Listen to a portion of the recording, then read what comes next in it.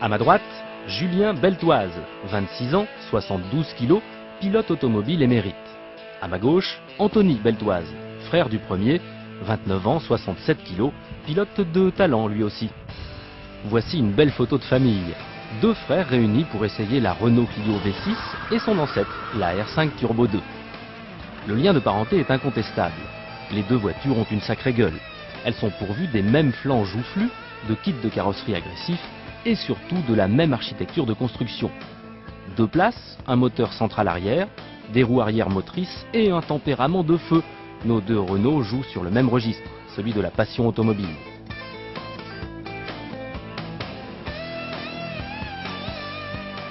Économie des coûts de production oblige, Clio V6 et Renault 5 Turbo 2 reprennent beaucoup d'éléments des modèles de série dont elles dérivent.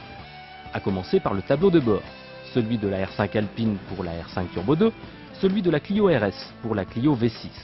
Détail amusant, leurs bouchons de réservoir d'essence sont implantés exactement au même endroit. Oui, mais voilà, 20 ans séparent ces deux voitures. En 20 ans, le V6 3 litres Atmo de la Clio a remplacé le 4 cylindres 1,4 litre turbo de la R5. La Clio développe 235 chevaux pour un poids de 1335 kg.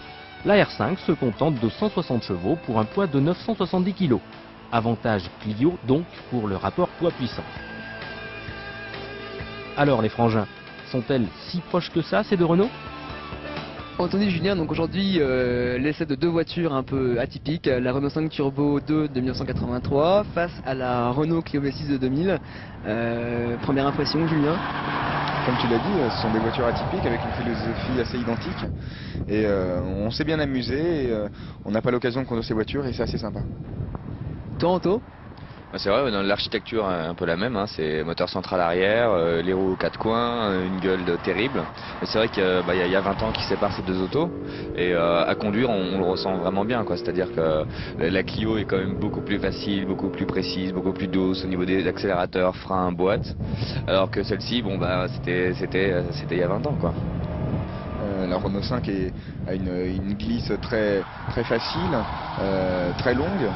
Et alors que la Clio a des pneus vraiment très performants, ce qui fait que de la faire glisser n'est pas difficile. Par contre, de maintenir une dérive, c'est très compliqué.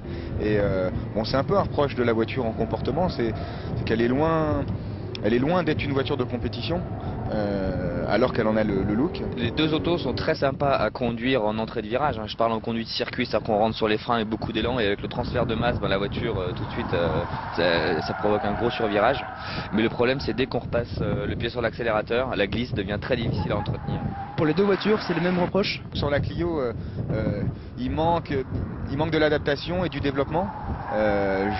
Ça se passe certainement par une barre anti-roulis, aussi par un autobloquant, aussi peut-être par un dessin des suspensions un peu plus étudié et sophistiqué, parce que la voiture n'a pas un comportement très sain, que ce soit en entrée de virage d'ailleurs, à cause d'une direction un peu floue, et à l'accélération, parce qu'on a un retour sur le contre-braquage qui est très violent, et en plus à cause d'un braquage un peu faible, on se retrouve surtout dans des situations de tête à queue, parce qu'on ne peut pas ramener la voiture et quand on la ramène généralement on part dans l'autre sens.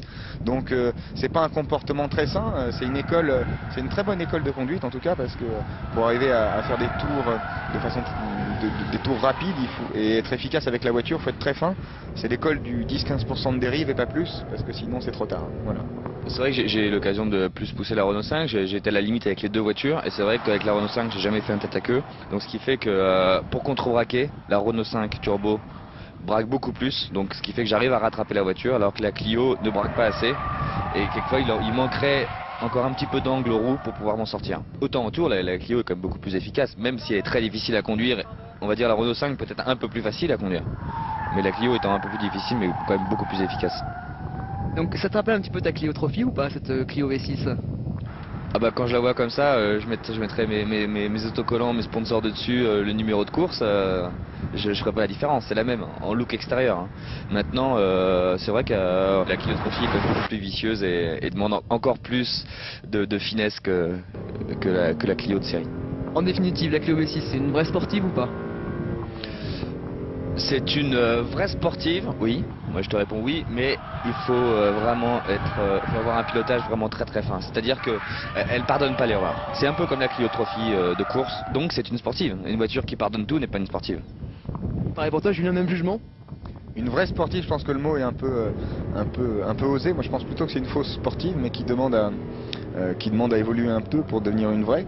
Et notamment au niveau de la motorisation et peut-être au niveau de la fluidité de la voiture, de la précision. C'est un premier jet, je pense qu'il va y avoir des évolutions et si c'est pas Renault qui s'en occupe, ce sera peut-être TWR ou à qui Renault a confié la fabrication de cette voiture, qui fera de cette voiture, je pense, dans le futur, une vraie auto très sportive, comme a pu l'être la Renault 5 Turbo 2 à l'époque. Si on commence à l'améliorer beaucoup, c'est clair qu'elle va être beaucoup plus facile à conduire, mais ça va peut-être lui enlever un peu de caractère. Je pense qu'il faut mettre en rapport des qualités dynamiques avec les qualités esthétiques de la voiture. Et puis il faut que ce soit, je veux dire aujourd'hui, la voiture est unique au niveau de son look, et il faudrait qu'elle soit unique au niveau de quelques points de comportement. C'est une belle voiture avec un super look, il faut que les qualités dynamiques suivent.